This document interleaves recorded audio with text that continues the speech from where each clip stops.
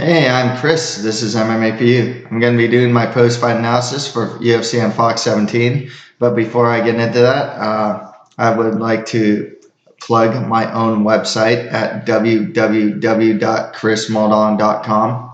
I am an aspiring author who specializes in the fantasy genre. On my website, you can check out blogs, the Writer's Talk website, stories for sale, and free short stories as well. Also, my first book, The Mustard Prince and the Comet Kingdom, is coming out on January 1st. It is a fantasy adventure novel for $8.95, and you can buy it on my website. So, welcome and celebrate the new year with The Mustard Prince.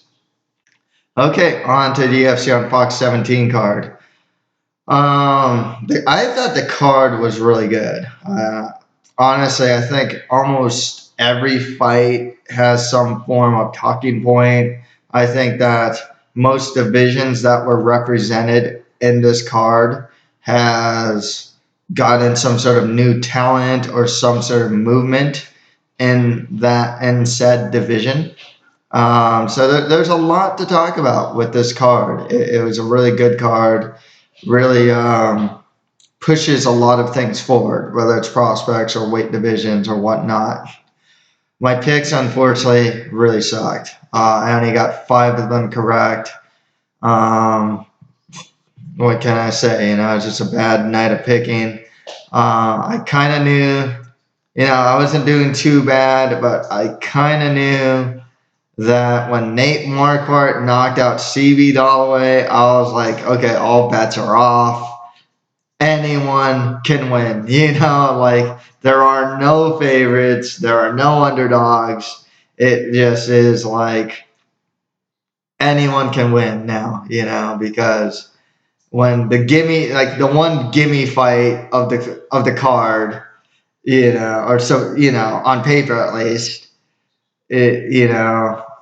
or the one guy that gets a gimme fight loses, on paper at least, that like something's gonna, like all bets are off pretty much.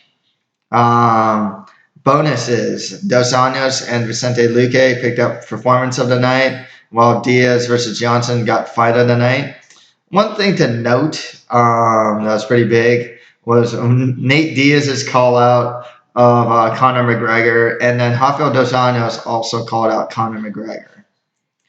So let's get started. Rafael Dos Anjos defeated Donald Cerrone by TKO in the first round. It was a bit of a controversial stoppage because, Cerrone was on his knees and he was defending punches, and the fight was stopped. I mean, that's after getting just beat down.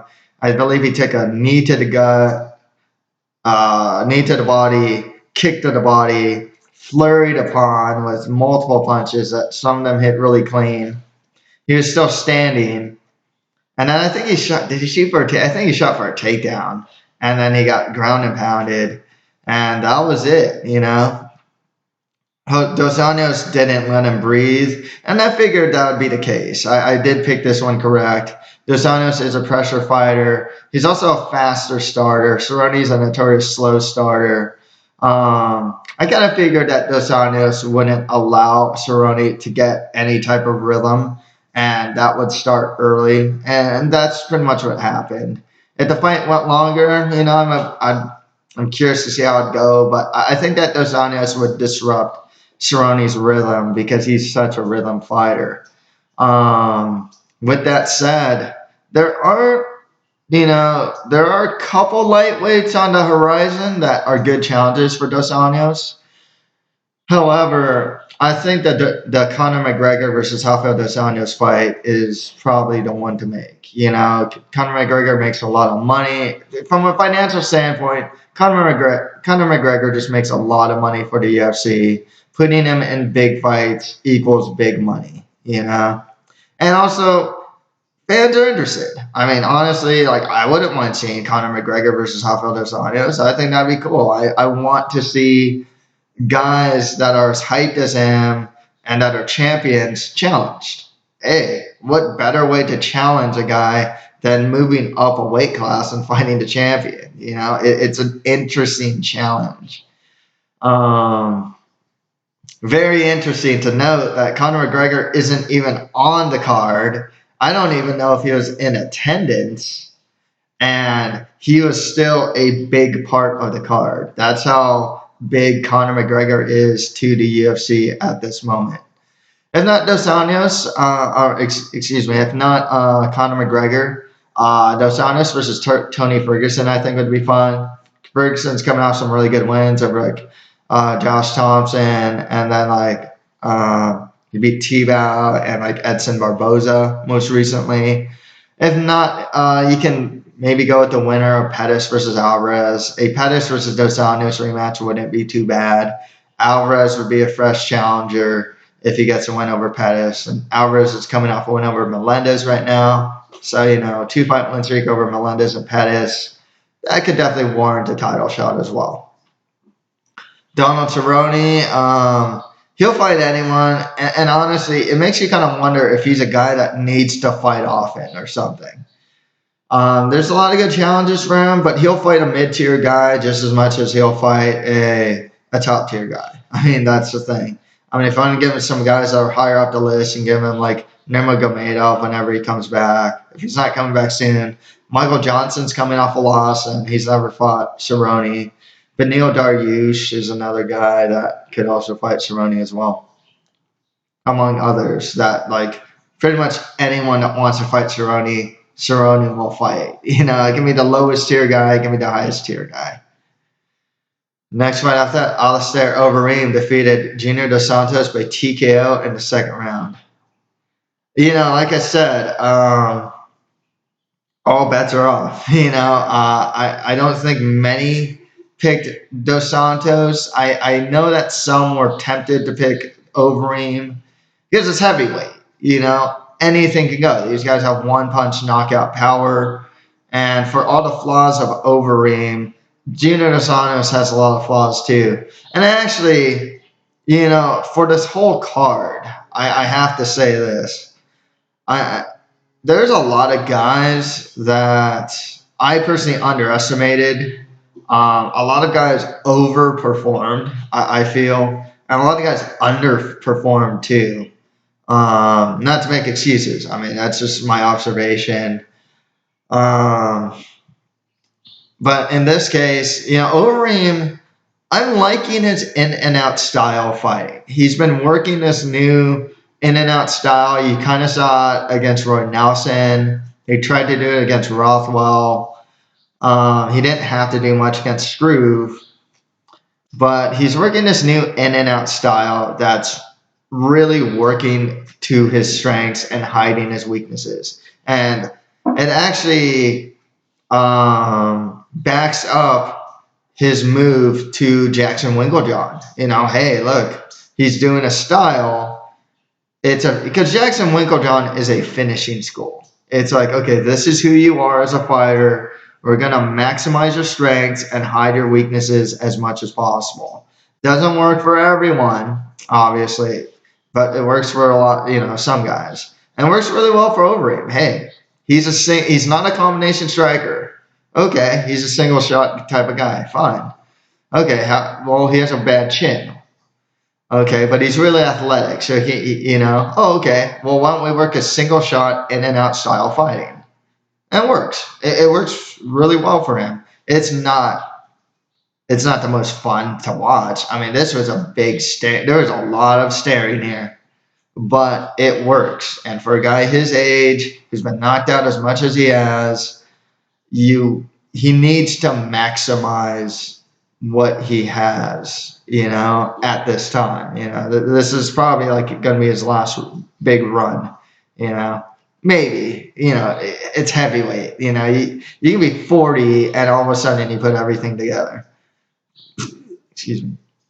But I thought this style was really kind of throwing Dos Anjos off. They were really respecting each other's power. I mean, they just did not throw at all. But I thought the movement was kind of, and just the fact that Overeem wasn't going to go first. He wasn't sitting in the pocket for long periods of time or anything like that. He wasn't backing himself up against the cage too much. He did it once. I think it just kind of threw Dos Anjos off. And also, I think it goes to show that Dos Anjos is probably deteriorating too, or regressing, excuse me, as a fighter. He was stalking but not throwing. Dos Anjos was. He had him one time good against the cage, and then he just kind of let him off, probably for fear of getting countered.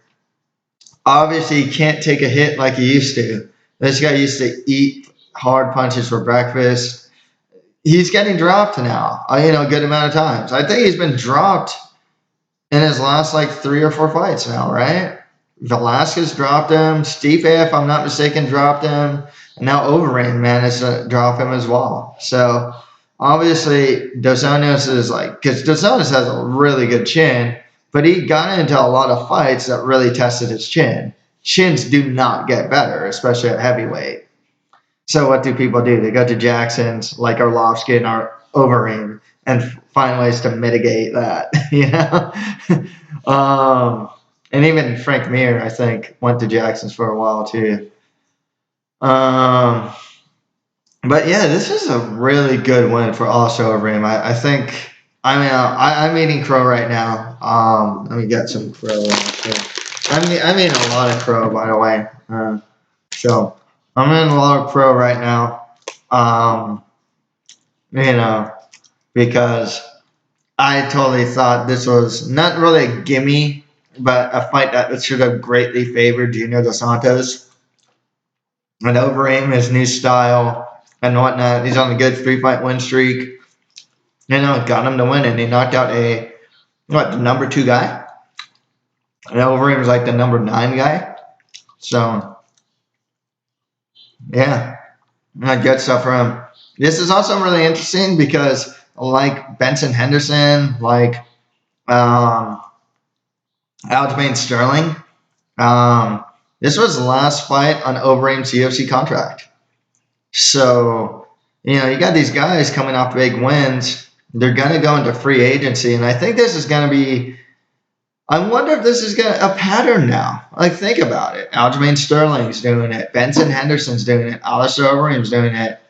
They're not immediately re-signing to the UFC now, on their last fight under contract, or before their last fight under contract.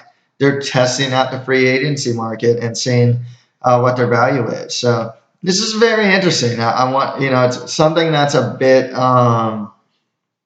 it's not really spoken about too much, but I'm very curious moving forward if more fighters are going to do that. I'd assume that the Reebok deal is hurting sponsors, it's hurting a lot of guys who are getting a lot of money on sponsorships and whatnot, and just seeing if they can make more money somewhere else. It's really interesting, and there's definitely a I guess an intrinsic point about like UFC pay and like how fighters are reacting to that at this time. If Overeem stays with the UFC, if he re-signs, I can see him getting a title shot. I mean, Overeem versus the winner of Velasquez versus Verdum. I think it's a worthwhile matchup. It's one I'd be interested in watching personally. If not, he can get the winner of Arlovsky versus Miocic. Maybe Ben Rothwell, or maybe Josh Barnett if he beats Rothwell. I wouldn't say Rothwell like a rematch because just the UFC doesn't do too many rematches if they don't need to. Dos Santos maybe gets like Arlovsky if he loses to Miocic, or the loser of Travis Brown versus Mitrione, or the loser of Barnett versus Rothwell. The future fights of Junior Dos Santos are going to be very interesting moving forward. He's a guy that you can kind of count. You used to count on to be able to beat everyone else except for Cain Velasquez. Now, the fact that he had a war with Miocic, and almost lost. And then he just lost to Overeem. Now he's another top 10 guy that can lead. And with his chin not being as strong as it used to be, or seemingly so, he's a guy that can definitely lose to the Josh Barnett's, maybe even a Mark Hunt rematch. He loses that, He can lose to Stipe or maybe even Travis Brown, It's going to be very interesting to see Junior Dos Santos's fighting career moving forward. If he's just going to get knocked out and dropped and whatnot, he'll probably win some, but I can definitely see him losing some. Next fight after that, Nate Diaz defeated Michael Johnson by unanimous decision. Thing I didn't like about this fight, honestly, it was just Joe Rogan's commentary, man. I mean, he was so pro Diaz, it was like ridiculous. It was really annoying because like he threw a jab, that jab connected, and it's like when Michael Johnson threw something and connected, it wasn't nearly as like emphasized as like Nate Diaz's offense. It was. I mean, really, the commentary made it seem like Nate Diaz was just absolutely destroying Michael Johnson when Michael Johnson was actually getting his licks in on Nate Diaz. What can I say? This was a career best performance from Nate Diaz. I mean, once again, eating crow again, career best performance. The fact of the matter is he didn't look very good in his last fight. His motivation was in question, especially in his last fight. This fight, though, man, he looked good. And he pretty much fights similar to Michael Johnson, except he's more rangy. He's much better on the ground. And, he's a tough dude. What can I say? He was able to take Michael Johnson's shots. He get hit hard a couple times, but for the most part was able to return some and give a little more back. Gotta like the boxing from Diaz. He looked like the top 10 guy, for a while. He looks flat and whatnot. It's really going to be hard to beat Diaz in a striking match. I think not too many people can do that. I think if you beat Diaz, the guys who beat Diaz can mix in takedowns with their striking and defend against, Diaz's ground game. So you have like Benson Henderson. He mixed in takedowns and then was able to beat him up on the feet. And then also Rafael Dos Anjos was able to do the same, So moving forward, it's one of those things that I'm very curious to see guys fight Diaz. Josh Thompson was able to knock him out, but I believe he was able to mix in a couple takedowns of his own in that fight as well. Michael Johnson didn't seem to have much inclination to want to take the fight to the ground. And actually, in a lot of his fights, he doesn't have much inclination to want to take the fight to the ground. So, in hindsight, if you're looking at like the best Diaz versus the best Johnson, Michael Johnson, it's Diaz is actually the sharper fighter, and we definitely got to see the best of Nate Diaz here. Calls out Conor McGregor. I think that he should probably get the winner of like Pettis versus Alvarez. I think that'd be cool. Nurmagomedov if he comes back. Tony Ferguson versus Nate Diaz would also be interesting as well. With Michael Johnson, we get like Cerrone, loser, Pettis versus Alvarez, or someone else. Next fight after that, Carolina Kovakovic defeated Ronda Marcos by unanimous decision. I have no idea how Kovakovic got a 30-27. But nonetheless, I did feel that Kovakovic won. This was something of an egregious pick of mine because I'm all about like skill set analysis. And as far as skill set analysis goes, Kovakovic is the much cleaner striker. She's better on the ground on a technical level. Ronda Marcos is still super raw. Striking's raw. She can wrestle. but it's really raw. I mean, she just likes to get her hands on you and like really almost forced to take down. She forces a lot of things. She's a really raw fighter. So it's a very egregious pick of mine, and I really should have saw the skill sets. I thought, well, you know what? Marcos is raw. Kovakovic, a lot more experienced, a lot more technical. I definitely should have gone with Kovakovic here. Yeah, Kovakovic got her back taken in like the second round, and I had her back taken for like the most part of the second round. So I don't really agree with that 30-27 there. I like the striking from Kovakovic. It's kind of basic, but it works. When I mean Marcos did manage to take the back and keep it, but when Kovakovic managed to get on top in like the third, she like rolled to a reversal or sweep reversal, and then she got mount and like it was just pandering her out, you know. So she's a real technical fighter. A great pickup for the UFC too. I mean, women's strawweight's one of the best rising divisions in the UFC right now, in my opinion. I mean, obviously, like featherweight is now huge in the UFC because they got Conor McGregor. But I think as far as like having prospects and just like overall youth, women's strawweight has like a bunch of youth and just really good prospects that are really like starting to put things all together.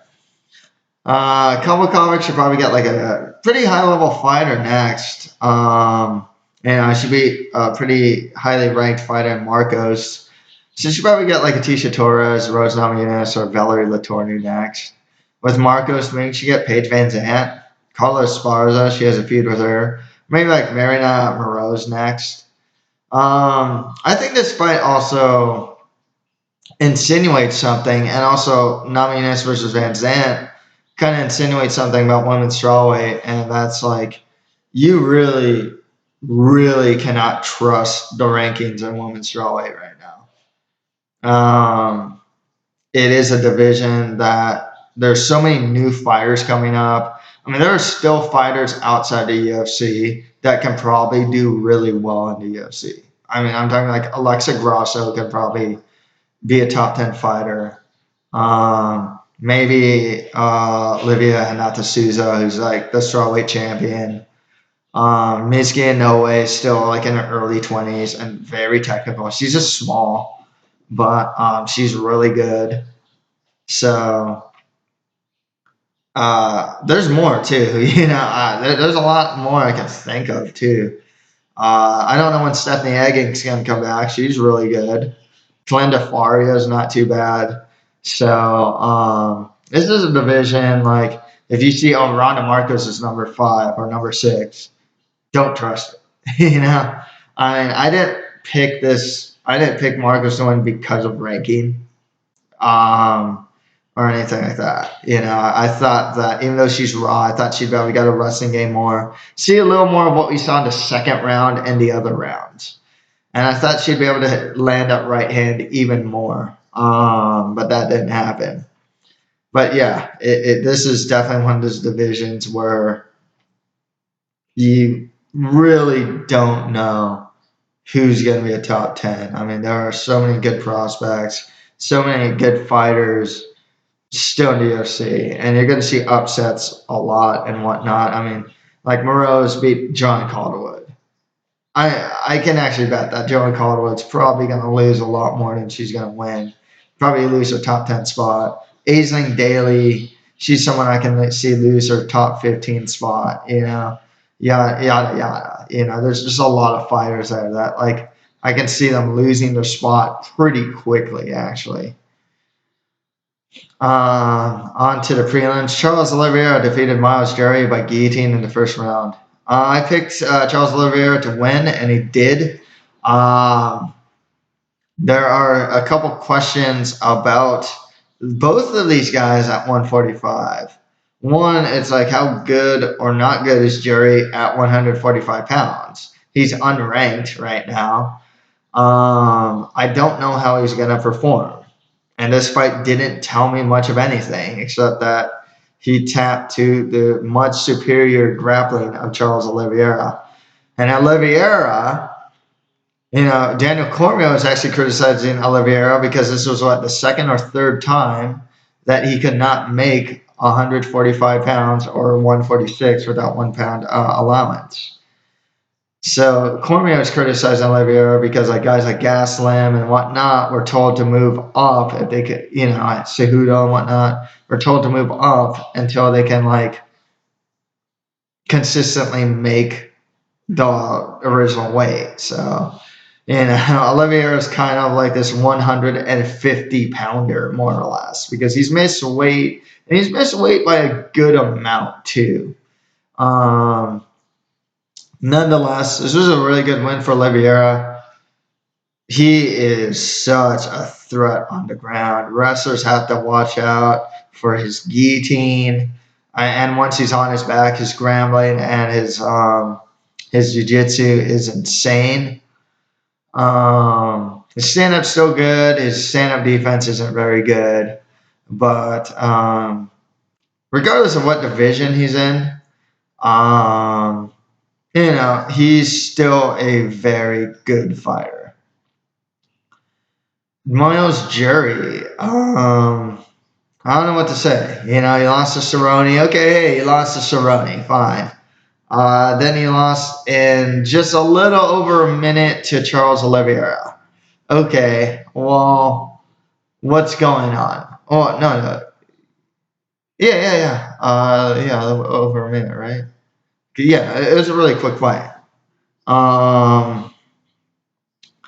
He changed camps to Power MMA, which is actually one of the hottest camps out there right now. He's always been a solid fighter. Stand-up's not bad. His wrestling's good. He has good jiu-jitsu.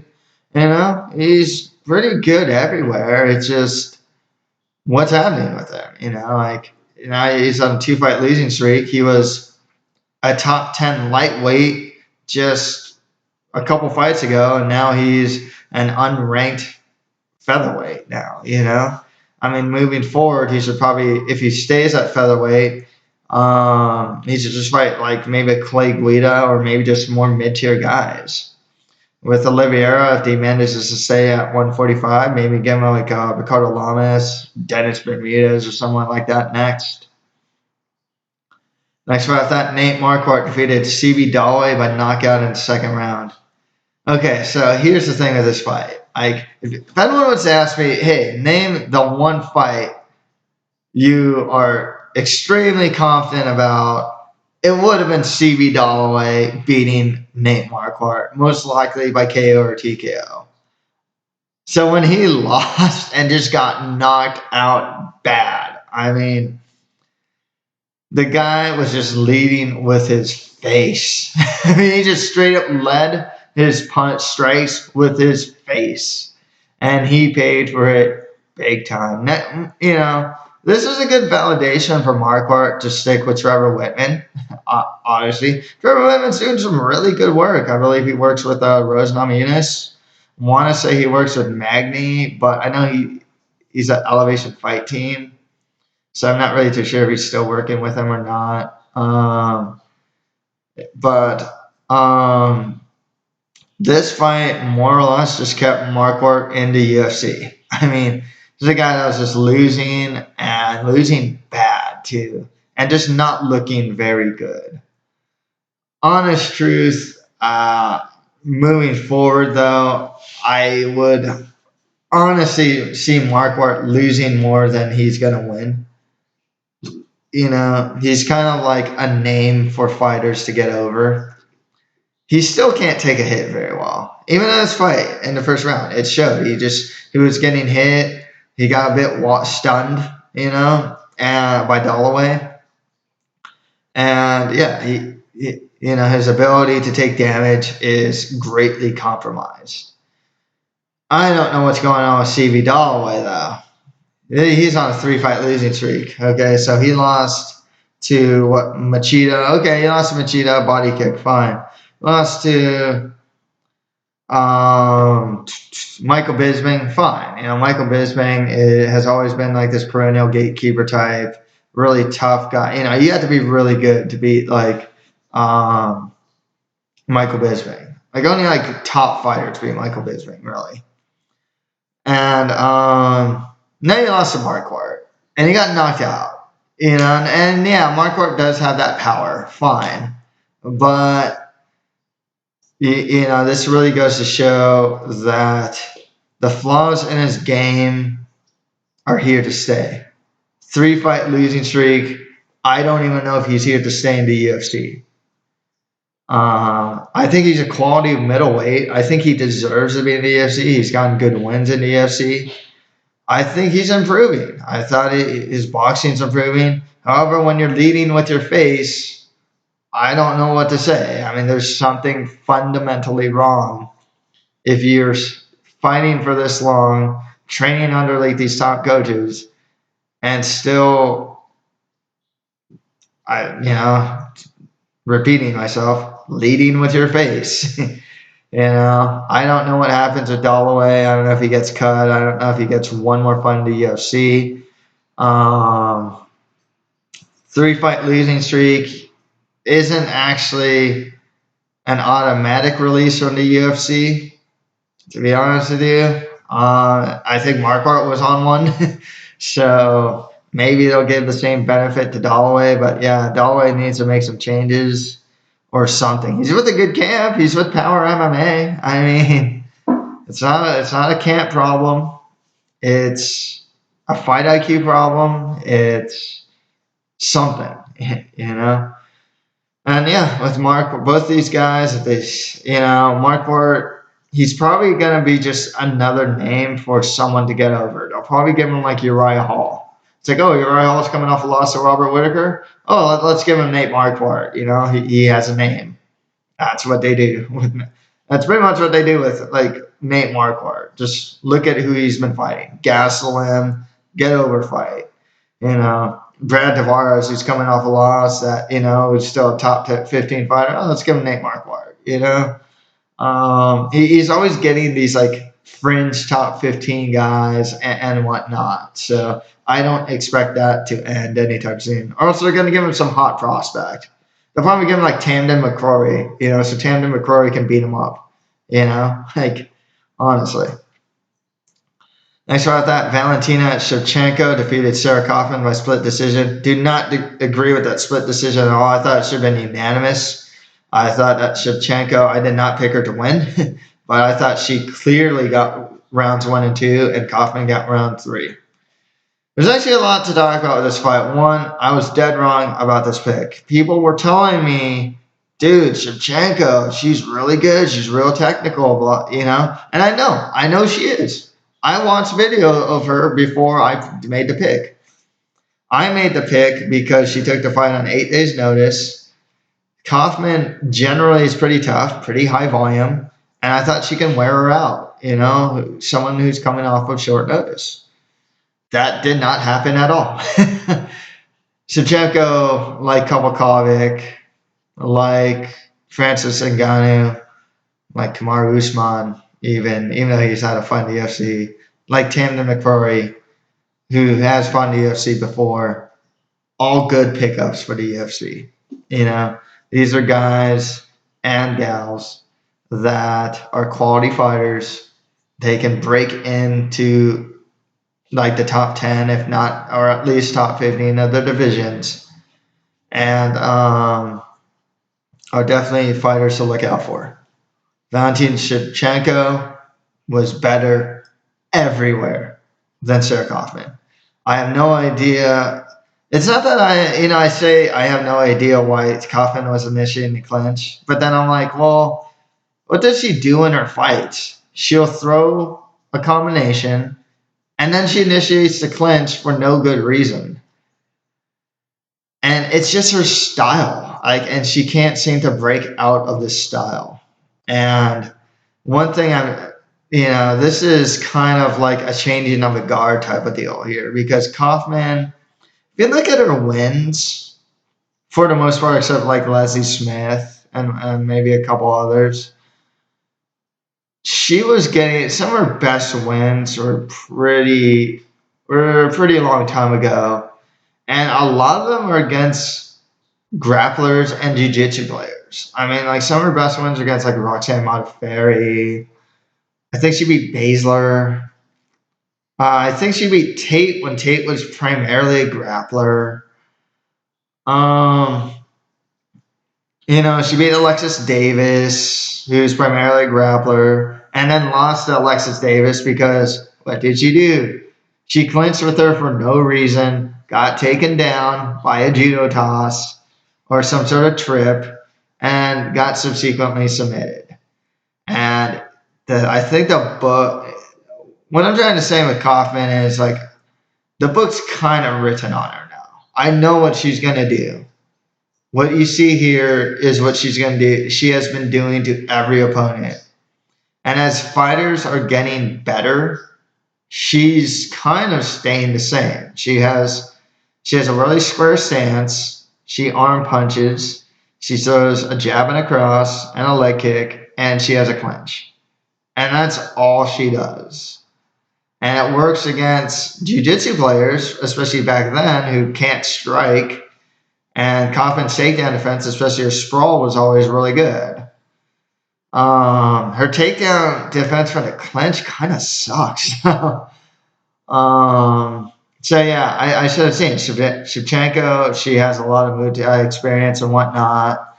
She throws really clean combinations. You can tell when she throws a knee, it has more velocity than the way that Kaufman does it. On the ground, Shevchenko was able to take her down quite consistently. Shevchenko's kind of like, she's a much needed fighter for the women's bantamweight division. The new signing for women's bantamweight was Holly Holm. Holly Holm's now champion. So the last two signings that the UFC has had for the women's bantamweight division have been quality signings. I think Shevchenko is definitely going places. She has a pretty well-rounded skill set, striking that is well advanced. She can grapple a bit too, there's a lot to like with her. She trains at a good camp. I believe she trains at a Tiger Muay Thai, if I'm not mistaken. Trains at a good camp. And let's give Shevchenko maybe like a Juliana Pena, Raquel Pennington, Amanda Nunes, Luis Carmouche. There's a lot you can give her. She can fight any like top 10 or maybe even like those top 15 fighters. Kaufman, she should probably fight those that have lost to Ronda Rousey. You're talking Kat Zingano, Sharon McMahon, Bethe Correia, Miesha Tate again. I think she's going to be firmly stuck. Kind of being this like name in the division. It's like, former Strikeforce women's bantamweight champion that a lot of fighters are either going to beat or not beat. Next fight with that, Tamden McCrory defeated Josh Saman by a triangle choke in the third round. Saman did good in the first round, but similar to Kaufman, he could not avoid clinching with McCrory and tried to take him down. He initiated it. So any fault, I picked Saman to win this. He won the first round and subsequently lost the next two rounds and got triangle choked. There's a lot of fundamental problems with Saman. There's a lot I like about him, and there's a lot to not like about him. One, his striking consists of like kicks. He doesn't set him up too. He just throws kicks. He can get out scrambled. And he had a terrible bad habit here, not getting his back off, especially when his back was against a cage in a sitting position. He just could not get up. He can't get back to his feet when he's taken down later in the rounds. McCrory, the problem too is Saman was taking McCrory to McCrory's strength. McCrory was the stronger scrambler, He's a busier fighter on the ground. When McCrory got on top, he beat Saman up bad. For some reason, Saman was given space. He's sitting up again with his back against the cage, but in sitting position. And Saman just couldn't get back to his feet. Like he just sat there and just blocked punches. And it was not good. It's unfortunate for Saman. I don't know. I kind of have a feeling that what we're seeing out of Saman, the good and the bad, is kind of what we're going to get with Saman.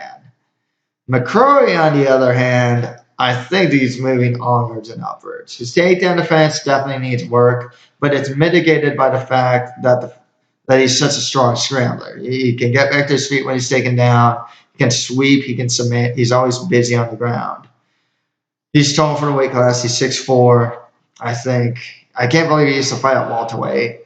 And his boxing's improving.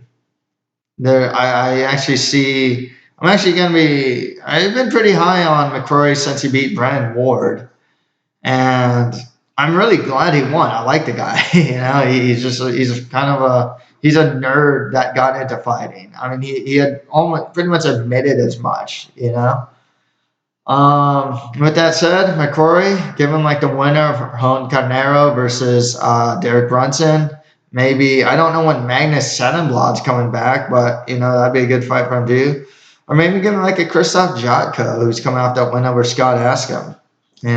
Just a man back to the mid and lower tier guys of the division for him. Next fight after that, Nick Lentz defeated Danny Castillo by split decision. Don't really know why this was a split decision. I thought it was clearly Nick Lentz. I picked him to win. The problem with Castillo is one, he's now on a 4-fight losing streak. He's probably going to get cut. He's a quality fighter, actually. The thing with Castillo is that he really fights in spurts. I mean, he's a guy that will kind of like move around, throw a kick. Move around, throw a combination. And then move around, go for that takedown. You know what I mean? The thing with Nick Lentz, he's younger, he's tough as hell. And, he's a wrestle boxer just like Danny Castillo, but he's more of a pressure fighter too. So Nick Lentz was just always on Danny Castillo. And it was kind of sloppy too. That was the other thing too. Nick Lentz would throw an ugly right, left. And hey, it worked. Nick Lentz is just, I think he kind of tops out as something of a gatekeeper type. I mean, the guy's like in his early 30s now. So fighting for a while. He's a good fighter. I think he's kind of finding his groove right now. I think that's really fun. He had a really fun fight with Charles Oliveira. He's a tough guy. Tough to put away. He's a guy that's just not going to go away either. So, moving forward, I like him at 155. I don't think he's undersized, really. I don't think he was ever undersized at 155. I think he'll be a good gatekeeper type, Some prospects will probably lose to Nick Lentz. Some prospects will beat him. I think Lentz can beat a good amount of lower to mid-tier guys of lightweight. And, that's probably just who we should get moving forward. Castillo, like I said, 4-fight losing streak. He's probably going to get cut from the UFC. Jay Maylers versus Cole Miller. That was a no contest. Definitely got to fix the eye poke rules. You got to wonder, because that's a pretty egregious foul. That has caused serious damage to fighters. It has put them on the shelf for a while. Caused irreparable damage to some. I believe Michael Bisping still has sight problems because of eye pokes. I gotta wonder if eye pokes should be like disqualifications, instant points off, just something. Get something more to. I don't think it'll ever stop happening because of the way that the gloves are made and whatnot. But more should be done about eye pokes. That can be done. As far as the fight goes, I thought Cole Miller was I picked Jay Maylers to win. I thought both of them got their licks in, but I thought Cole Miller was actually doing a little better in the fight than Jay Maylers. They're kind of the same fighter. They kind of fight the same. So, and both these guys just more lower to mid guys of the division. Okay, next fight after that on the UFC Fight Pass prelims. Kamaru Usman defeated Leon Edwards by unanimous decision. I kind of Leon Edwards is tough. He's a good prospect in his own right. I didn't expect this fight to be that fun. It really wasn't that great, but it was a good workmanlike performance from Kamaru Usman, who was able to kind of show off his striking too, really showed off the range of his offense. So it was a good prospect development fight because it was a hard-fought win but he got to use all the tools that he has to get it. He striked with Edwards, and Edwards' strength is striking. He was not able to get takedowns really early in the round or in the fight, but later on was able to get takedowns. He was doing well in the clinch. He was aggressive, so Kamaru Usman is a top prospect at welterweight, and I expect him to get, with just his wrestling alone, I think he can get wins. He has a decent striking game. It's still stiff. He hits hard. He mixes it. He disguises strikes with takedown attempts. Sometimes he'll like feint a takedown and go for a strike. So he makes opponents already think about his takedown game, and which opens up his striking. There's a lot to like about Kamaru Usman. He's super athletic too. He should just get more lower to mid-tier guys of the division. Other than that, Edwards did well, all things considered. It's just Kamaru Usman is the much better wrestler. And that actually opened up the striking for Usman as well. But Edwards, still a very good prospect. He's just got more lower to mid-tier guys of the division too. Next fight, that Vicente Luque defeated Haider Hassan by Anaconda choke in the first round. So Haider Hassan, 2-fight losing streak in the UFC, both losses by submission. I don't know if he's staying around. I don't know if he has a role in the UFC at this point. Definitely underestimated Vicente Luque here. He has a more well-rounded game at least, and he tends to push forward. And that's enough to get him wins. There's some guys that I think that are like specialists that might be able to beat him. Guy like Michael Graves is able to beat him by mixing in takedowns and whatnot. But, it's a good solid win for Vicente Luque. He got his, he lost to Haider Hassan in The Ultimate Fighter. He's still pretty young too. So I think there's actually some potential for Vicente Luque. Definitely, be a lot more open-minded about his fights moving forward. Because he does have a pretty well-rounded skill set. He should just fight more lower to mid-tier guys of the division. Haider Hassan, I don't know. If he stays in the UFC, he might want to actually move down a weight class because he's not very big for that weight class. He's not the greatest wrestler. His takedown defense isn't that good. His striking's not that bad, but at this level, most fighters have his level of striking. So I don't really know if he has much to offer to the UFC. I don't even know if you can categorize him under fun action fighter. He's a guy, and you see this. It's actually somewhat common. He's a guy that did well in The Ultimate Fighter, overperformed, and did not do well in the UFC. And honestly, there's guys like Marshall Alexander in The Ultimate Fighter Brazil that was like that. Who else?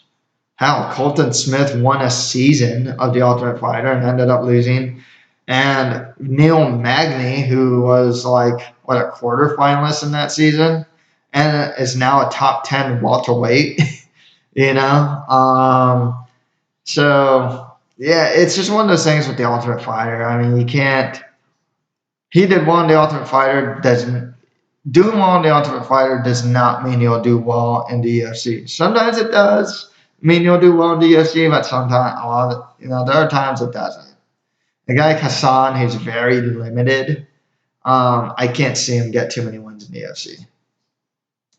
And finally, Francis, I would say Ngannou. I thought you're supposed to pronounce that, but Gano. I'll just say Gano.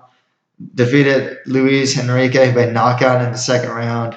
There's some rough stand-ups and break-aparts of the clinch that kind of sucked, but for the most part, watch out for Francis Ngannou, man. This guy, he looks like an NFL linebacker. He hits hard, dude. This guy. And he throws in combination. He's still raw, but that's already a plus. I mean, he's a heavyweight that can throw in combination. I mean, that says a lot. And he's 29 years old, but at heavyweight, but he doesn't have a lot of fights. He hasn't even fought for a very long time. He hasn't fought MMA that long. He's a prospect to look out for. The problem is it's heavyweight. You you look at like Todd Duffy. He's able to knock dudes out and whatnot, and then like he's losing. And that's the thing. I can only hope that maybe Francis Ngannou, he gets a slow build, because I think he has some. I definitely he has top 10 potential for sure. I mean, just athleticism, power alone, it should get him pretty far. Youth in comparison with the rest of the division, he does have that. And also, he just hasn't taken that much damage in his career because he hasn't been fighting that long. So, I have some pretty high hopes for Francis Ngannou. Luis Enrique should probably move down to 205. He weighed in pretty high here, though. But, he's fought at 205 before. He has some potential. He has some wrestling chops. His striking still a bit raw. But, he's still, mid-20s? Late mid-20s, something like that. And the divisions like light heavyweight and heavyweight, fighters with a 2 in front of their age are at a premium. Or, they're not common. You want any 20 to 29-year-old that you can get in those two divisions. So, I think in Luis Enrique, some skill. I think he can do pretty well. Both guys should just get more lower to mid-tier guys of the division.